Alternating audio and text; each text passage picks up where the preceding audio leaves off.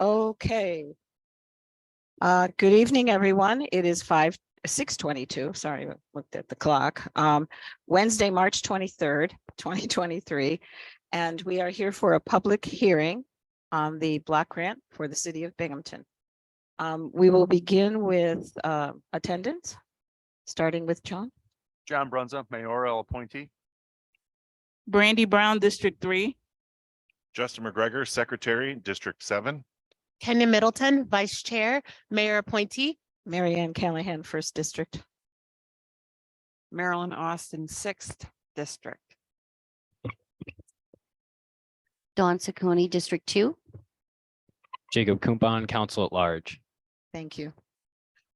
This evening, we would like you to keep your comments focused on projects and programs that affect or impact low and middle income people in the city of Binghamton. And we will listen intently as you present. We may have some questions, some very focused questions to ask you, but we will try to keep our questions as brief as possible. So I'm not sure who our first speaker wants to be, but please, you are welcome to come. And if you need another chair, we can get you one. Okay.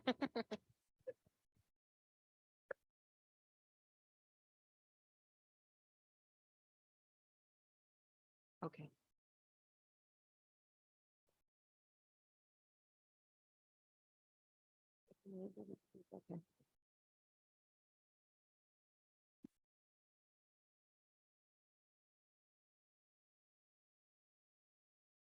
Okay. All right, thank you. And we'd ask you to keep the mic as close to you as possible so yes. everybody can hear you, because these Okay. are very strange. All right. Hi, it's nice to see you guys again. My name is Belinda Ellison. I'm the Emergency Housing Shelter Case Manager of the YWCA in Binghamton, New York. And I would like to say thank you for your continued contribution that has helped the YWCA. The emergency housing shelter is still running at full capacity. And because of your help, we are able to make more space and purchase more cots for Cold Blue for when it's under 32 degrees. Because of your help, we have been able to purchase more of the basic necessities that we are in need every single day, like hygiene products, underwear, and even socks. And I just want to say thank you again. And because of your help, I'm still here. The shelter is growing.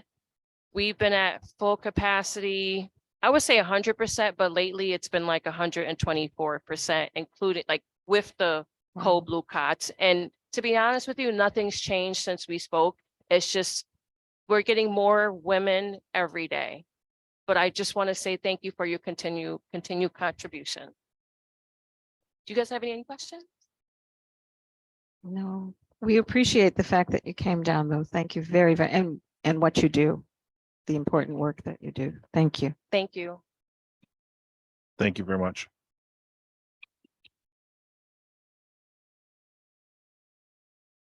Yeah, they're at the max, like over 100.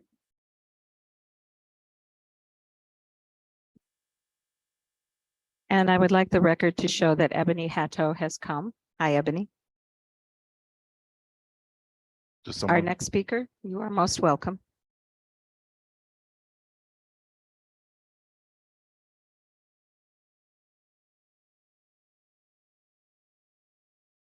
You can push it down a little bit closer to you so we can hear you. Hi, my name is Ephraim Rosario. I work for the YWCA. I'm Street Outreach Coordinator.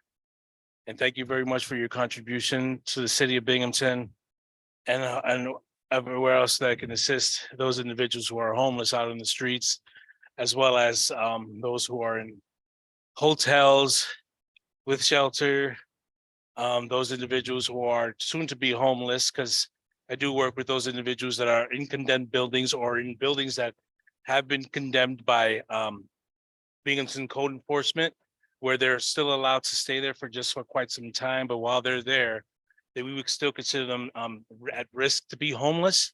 So I can assist them as well with finding housing and everything, as well as point them in the right direction, and assist them with any needs as possible, with moving and stuff. But as to date, I've served at least 155 individuals to date from last year till now. So to assist with housing, pointing them to landlords, going with them to landlords, giving them transportation vouchers, like basically bus passes, one-way bus passes we give so they could get to their appointments, to their doctor's visits or the landlord visits, or even taking them over to DSS when needed, as well as being called to some areas where like some rivers, some parks, some hotels of individuals that are needing assistance when they're in places like the Del Motel, which is Upper Court. And it takes quite some time to get to a bus station, so I'll help them with transportation there.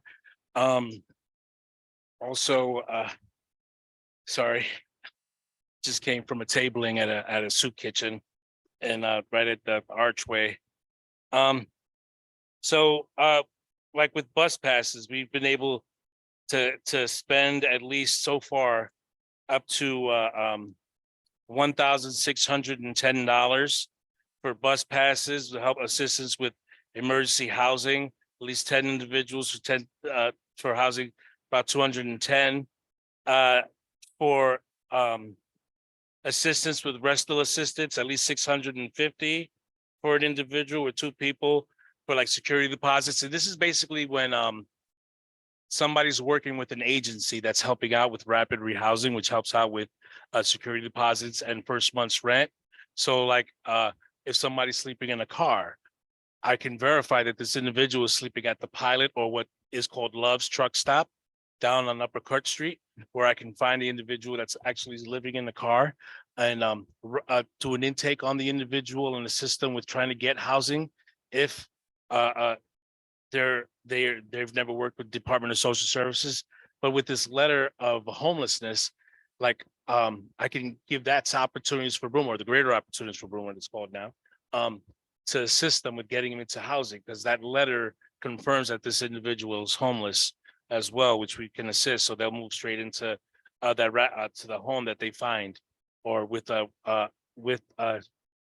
greater opportunities for their Shelter Plus program. So, you know, that letter that I can write definitely assists those to confirm that they're homeless. And yeah. Thank you. Any questions? Oh, also, there was a question and about for animals. We did call Rise and we talked to them about it, and the way Rise helps out, because I just got here late. I don't know if Brian, you spoke about it, but Rise, they do help with animals. However, you have to be in the Rise program in order to have their animals housed there. So you have to be a domestic violence victim in order, but we're still looking for ways to try to assist individuals who have therapeutic or emotional support animals or service animals right now. Because I'm working with somebody right now who has a service dog in their possession in a hotel, but we're definitely looking for the best as we can as much. But is there any questions? So you said your letter will help them get into housing? With the opportunities for Broome to confirm that they're homeless. So Okay, so that drops the security deposit and like the first month's rent, or how's that work? it all depends if they're in the rapid rehousing program that opportunities for Broome has. So if somebody calls 211, gets through to coordinated entry does an assessment. The assessment again then creates a referral that goes to opportunities for Broome. And then they'll call me to say, hey, can you check on this individual, see if they're living in an abandoned building or a home that actually has been condemned by code, that's going to be, that they're soon going to be evicted, or the individual that's in a living out of their car, or somebody that's in a park. So I just go over there and I verify what's going on, and then I write the letter, and that would allow that agency's program to allow them into it. Okay, Because so it's just confirming that the individual is homeless with the letter. thank you. Any other questions? Thank you, Ephraim. Thank you very much. Really appreciate it. And while we wait for our next speaker, I'd like to also acknowledge the fact that Deborah Hogan and Angela Riley, our councilwoman, who is ex officio, I was going to add that, is here.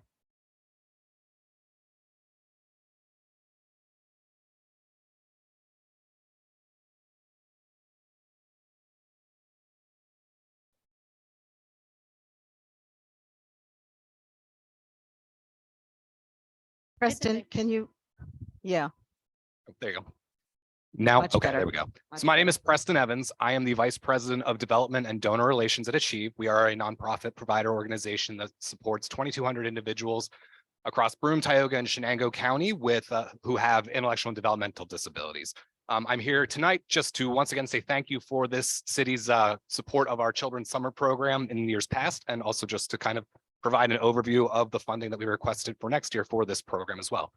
This funding we always use to pay for staffing costs for our 6-week children's summer program. It's our oldest program. It's the program that our organization is founded on. So it was founded by 10 families in 1952 who were seeking educational opportunities for their children at a time when the only opportunity that they really had was to institutionalize their children. So that's kind of just the founding of our organization.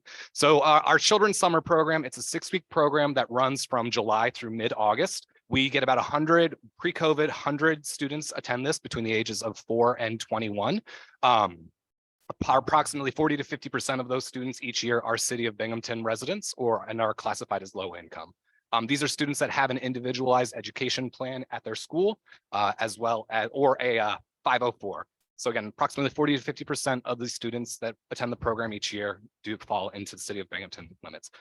The purpose of the program is to fill the educational gap that happens with all children in the summer. The average student loses about 1 month's worth of learning throughout the summer months.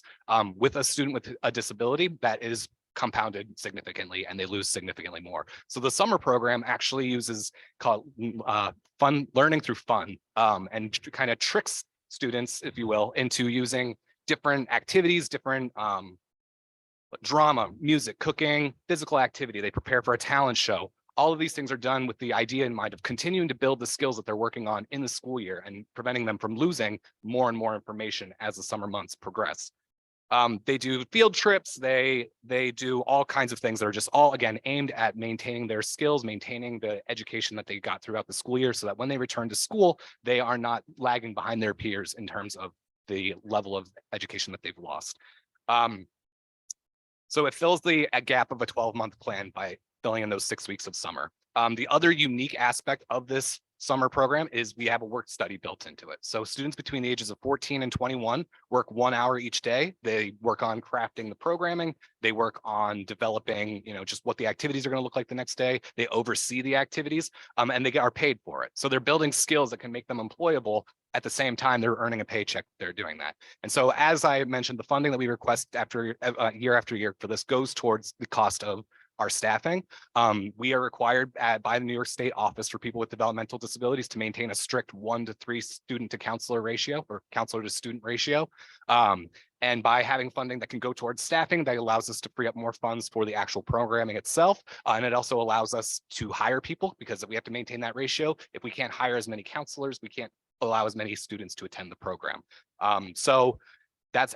This year, I believe we did increase the ask a little bit just to account for rising costs for wages as well. So I'm happy to answer any questions. Are there any questions? I had a quick one. I may have missed this. You mentioned that students with a disability are much more likely to fall further behind. I guess, is there an average, like year over year, amount of students with disabilities that end up going through the program? Is that a significant portion or? The program is 100% students with Okay. disabilities. Yep, Gotcha. they have to be classified as having an intellectual or a developmental disability through the New York State Office for People with Developmental Disabilities. Gotcha. Thank you. Yep. Any other questions? Thank you. Thank you. Preston. Our next speaker.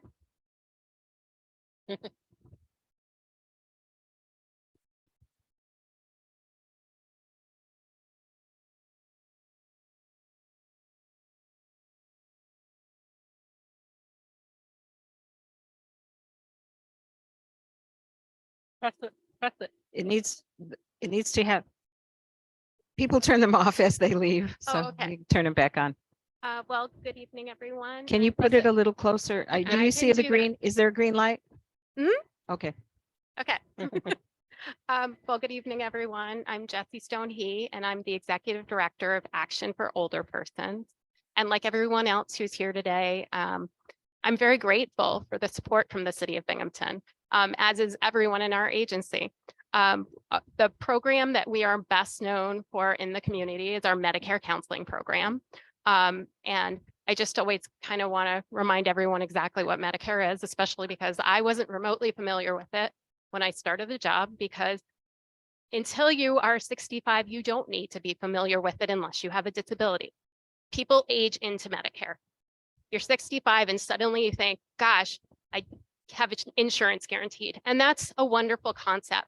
But Medicare is way too complicated. And the government knows that.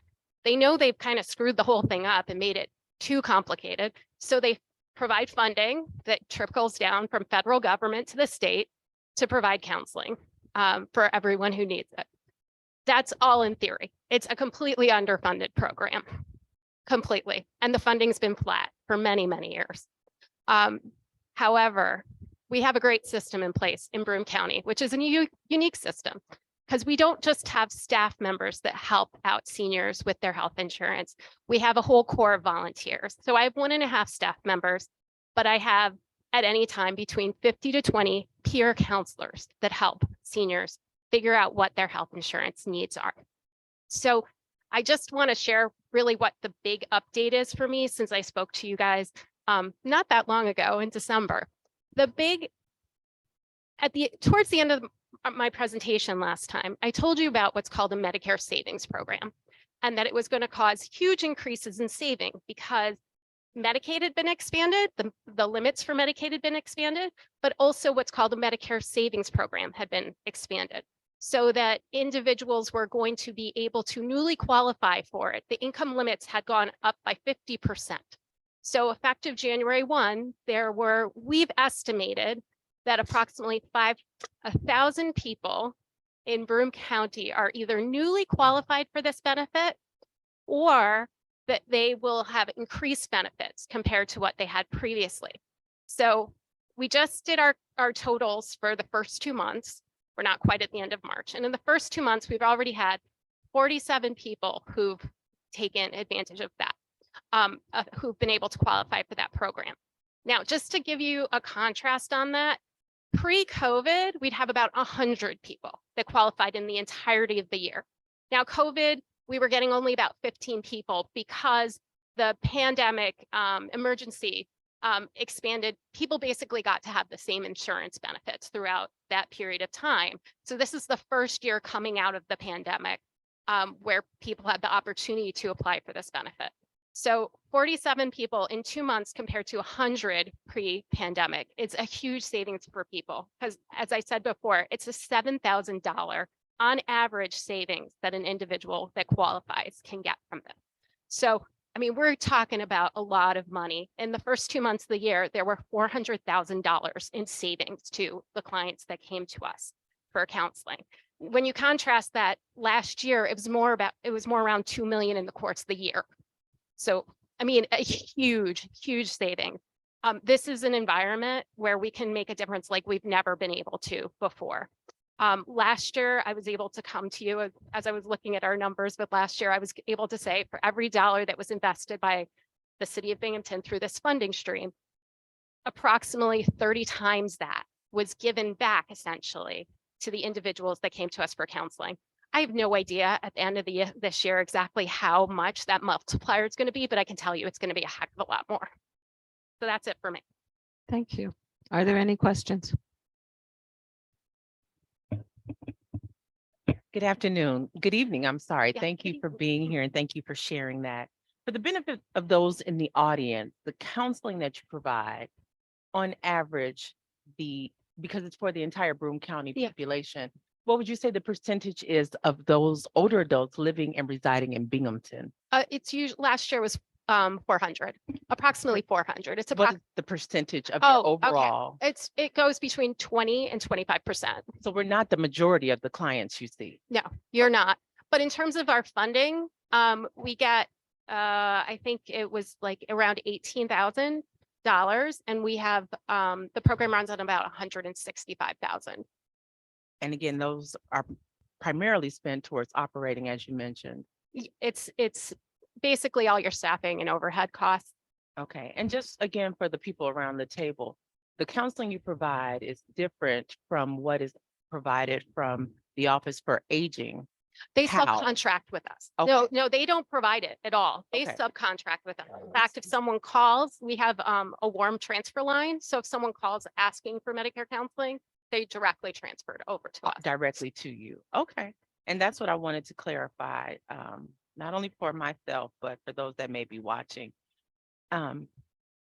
So with the changes to the qualification status, you expect a significant increase. Can you tell me, just based upon your metrics, what you approximate in terms of the change of the Binghamton residents that may approach you for services? We don't know yet. I know you can't know, but hypothetically, when you make your calendar, you project. Yes, well, we're expecting that in the city of Binghamton, we would see at least 50% of the people that we serve qualifying. 50% qualifying, but Yes. what will that do to, again, the counseling numbers and services? Oh, well, we're not expecting A that change? our counseling numbers to change. We're expecting the people that we reach and who to qualify to change. We're already, in terms of our abilities, capped at the number of people that we can see. We run waiting lists every year, and I don't see that changing because we don't have additional funding to expand our personnel. So we're kind of capped. It's more who we focus our energies on reaching. So our priority is reaching the people that qualify for this and can benefit the most from it. Perfect. So when a municipality supports you, such as CDBG, you prioritize our residents over the other residents that may be funneled through?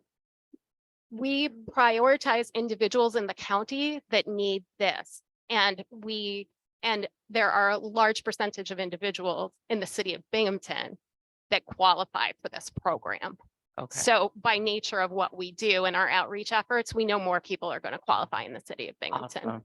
So again, do the other municipalities support equally? Or would you say that we're one of the biggest supporters? Well, so the way our funding works is we get CDBG money from the town of Union. It is not as much as city of Binghamton. So, I mean, the city of Binghamton, yes. Is one of the Our largest funder for this is United Way. perfect. We are this program doesn't really run or exist really without United Way. All the other funding pots really make this operate the way it can operate. Like many communities operate just off what comes through their Office for Aging. We are an unusual model in that we run with a whole bunch of volunteers and we don't rely just on the county funding, which is why we serve far, far more than most other counties do. And for our size community, we serve more than almost any, based on our county size, we serve more than just about any other community in the state. And that is awesome to hear. We appreciate that. And we support any initiative to support aging in place and ensuring our residents are able to live and dwell where they planted their roots. So then we will never hear of a city of Binghamton resident being on a waiting list. I would hope not, but I can say I can't promise you that. Okay, thank you. I would like to say that your program provides the best service I've ever seen. I am one of the people who take advantage of it, and I have never, ever had anything but the greatest of service. So thank you very, very much. Are there any other questions? Yes, just some clarification. You said that 47 people in the first 2 months you assisted, and that you usually do 100 for the whole year. Now, is that actual? I just want, you helped 47 or you actually did the counseling for 47? No, it's not 47 people that we counseled. Okay, It was 47 people that qualified. Gotcha, And we were okay. able to do all the paperwork for their Medicare savings program. perfect. Okay, I just wanted, because you were like, oh, we're capped. And I was like, wait, if they were capped, how'd they do so much more? I get it, No, okay. no, it's who qualifies. Qualified for this and the program. paperwork was filed for. Yes, because Gotcha. anyone who comes to us, so we counsel about 2,000 people. So anyone who comes to us, and Yep. this has been historically, they're always screened for this. It's Mhm. because the income limits went up that so many more people are qualifying. Gotcha. Okay. Or even if they were getting it before, they weren't getting the same level of benefits that they're now able to get. Perfect. That's great. Thank you. Thank you. Are there any other questions? Thank you very, Thank you, very much for everyone. coming. We appreciate it and appreciate all the work you do. Why not? Thank you. Thank you very much. Are there any other people who would like to speak? There not being any other people who seem to want to speak, I would like to take this opportunity to maybe look at our minutes from the last meeting and, oh, I'm sorry. Well, can we do the minutes for the public hearing? So we have to close it.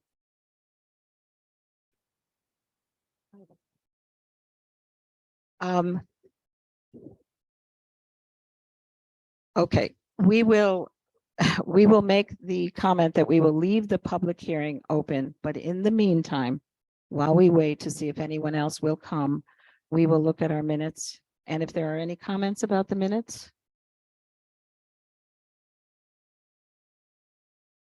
Yeah. According to.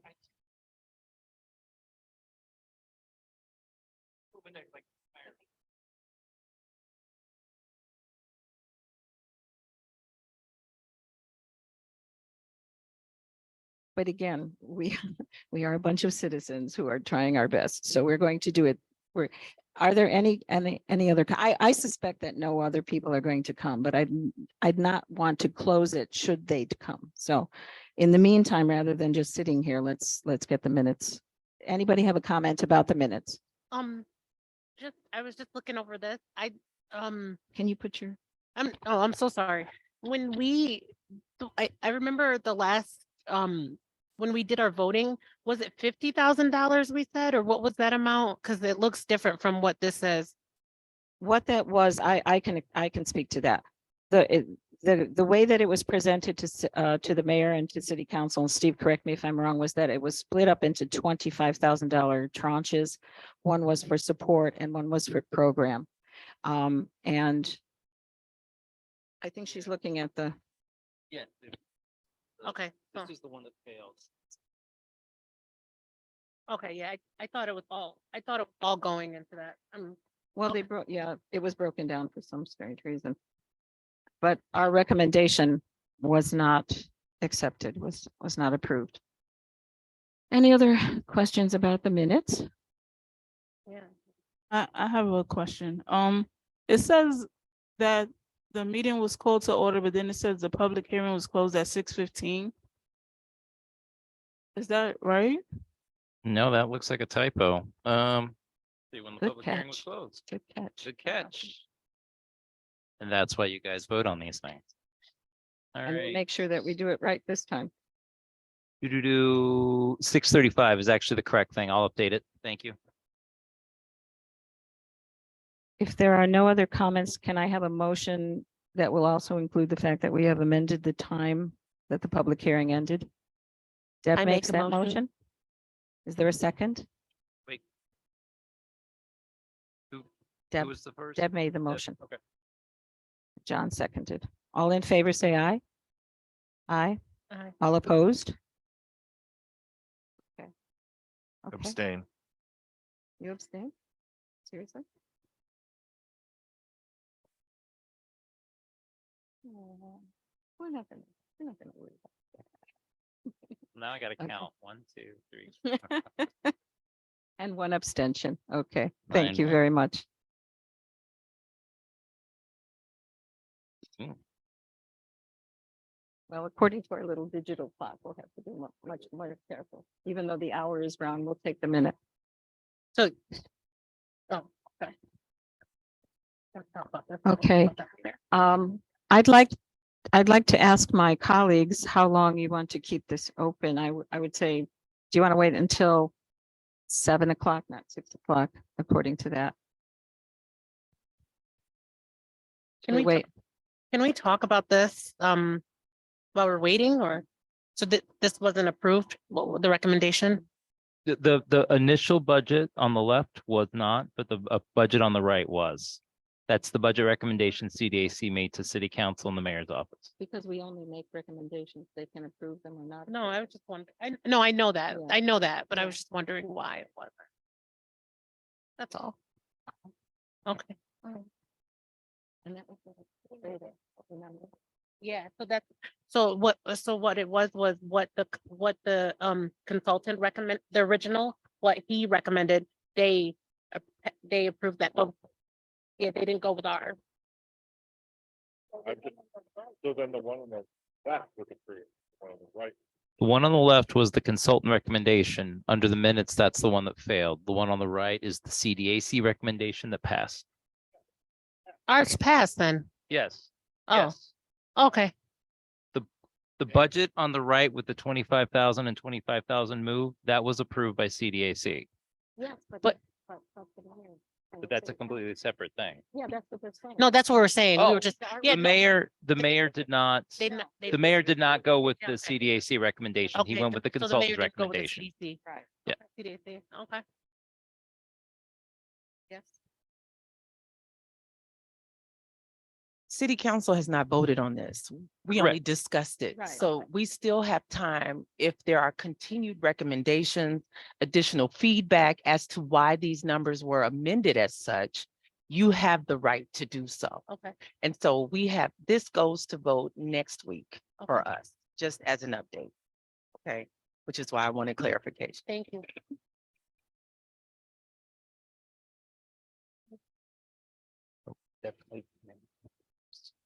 Deb?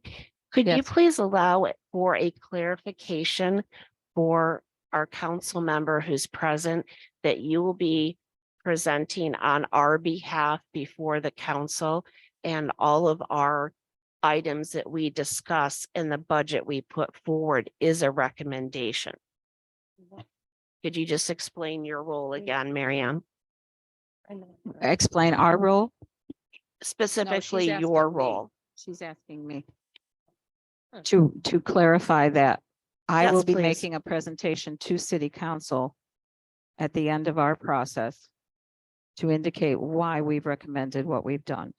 And we are very much aware of the fact that we are an advisory panel only, and that we can only make recommendations. Absolutely, and I'm very clear on what not only the charter says about this committee, but the role of the chair.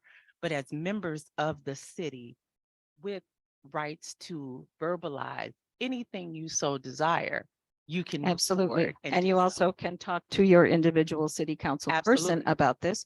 And I would venture to say even the mayor's office, if you feel Absolutely. strongly enough. Absolutely. And And that it is has already why been the presented, CDAC though. works so well. But this has already been presented to council. Yes, it has. Thank you. I have a question. So they're going to vote on this next week? And in council, out here, public can come, like we can come and sit here and just listen as well? Okay. It's what? On YouTube. It's on YouTube, so you can watch it on YouTube as Oh, well. I would rather be here. Just a Okay. fair warning, I believe these are also on YouTube, so. Oh, great. Yeah. Mhm. Yeah, I just, Because when I went on YouTube, I'd like to was go. on my phone. Yeah, I'm gonna come. That's the direct one. Okay, okay, all right. Okay. Councilwoman Riley, is there did you guys do an additional public hearing for that budget? Not at this time. Okay. That would be allowed during our general public comment session, if so desired. And remember, anything you desire to discuss related to city matters can be addressed during that time as well. If you're not able to attend in public, you can write an email to the clerk, CC your representative, and make sure that it is read on your behalf. And it will also be on YouTube for viewing later. Would also recommend if you're doing it you could do it obviously as a resident, but also if you're doing it also as a CDAC representative, make sure you also indicate that you're a CD representative of whatever district, mayor appointee, council at large, whatever you represent as well included. in addition to your actual council person.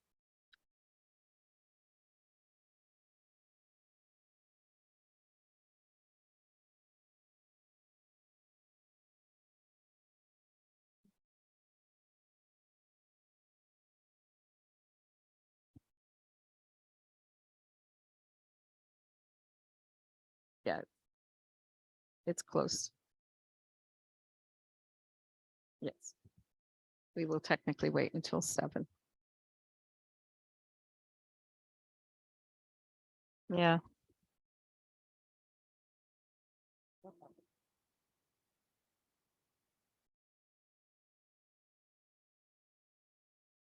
So I'll just add that I did email everybody the public comment or the written comments. I've not received any other written comments other than that one, but you did receive it. Any that I continue to receive, if it's a mailed in written comment, which I think I've seen that once, I will scan it or type it up if it's small enough and send it to you guys. Other than that, it'll be forwarding on emails and letting you know. I compile them and then I can usually respond to them within the action plan itself. As a response, similar to the one that I did, the individual I did send the written comments to, I responded right away. And I'll basically extend that response to the annual action plan. So Just out of curiosity, if somebody writes in a public comment, do we have to read it during the public comment? I don't believe so because it just becomes part of the body of the action plan itself. So, but I do make sure you guys know about it. Make sure Correct. you're aware of it and you have a copy of it for yourselves.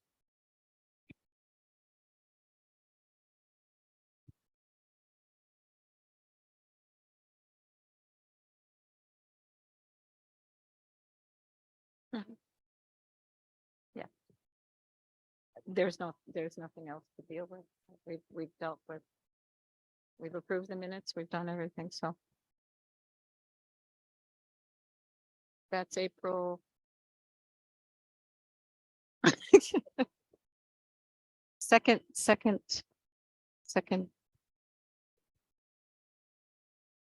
For sure.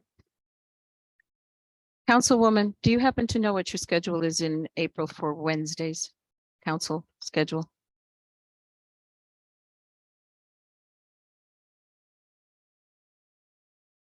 Because we know that we meet when you don't. So if you can tell us when. But I'm sure Steve will send us out notifications of the April, because April is going to be the month where we deliberate. April is our toughest month, as the poet said. On Wednesdays. Every other Wednesdays. That's when we get our pizza, remember?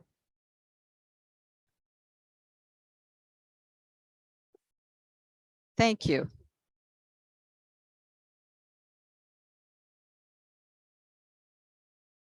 Because of the holiday, we are shifting. So Mhm. you can have the 12th if you want it, but we moved to Tuesday for a holiday. So that you likely wouldn't meet either.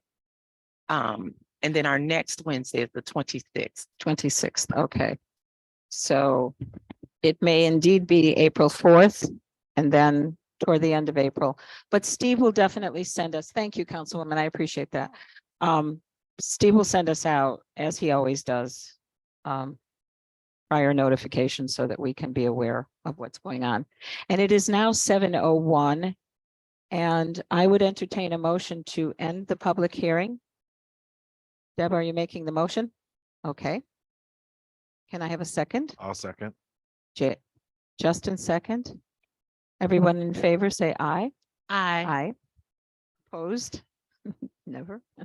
Okay, the public hearing is closed. And unless anyone else has any other business, I would also entertain a motion to adjourn after we take attendance. I haven't forgotten this time. John. John Brunza, mayoral appointee. Brandy Brown, District 3.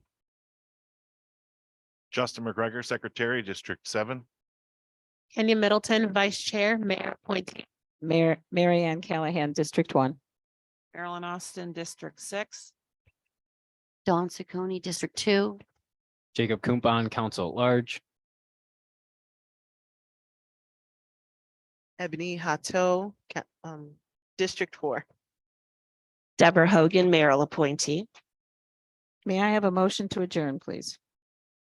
Or, no, we did that already. Never I'll- mind. We are adjourned. No, you closed the public hearing. This is to adjourn the meeting. Oh, I'll make the motion to Yes. adjourn. thank you. I second. Everyone in favor of adjourning? Aye, Aye. yeah. Who Everyone in favor seconded? of a new chair? Who seconded? I did. Okay. Kenya. And everybody voted to adjourn.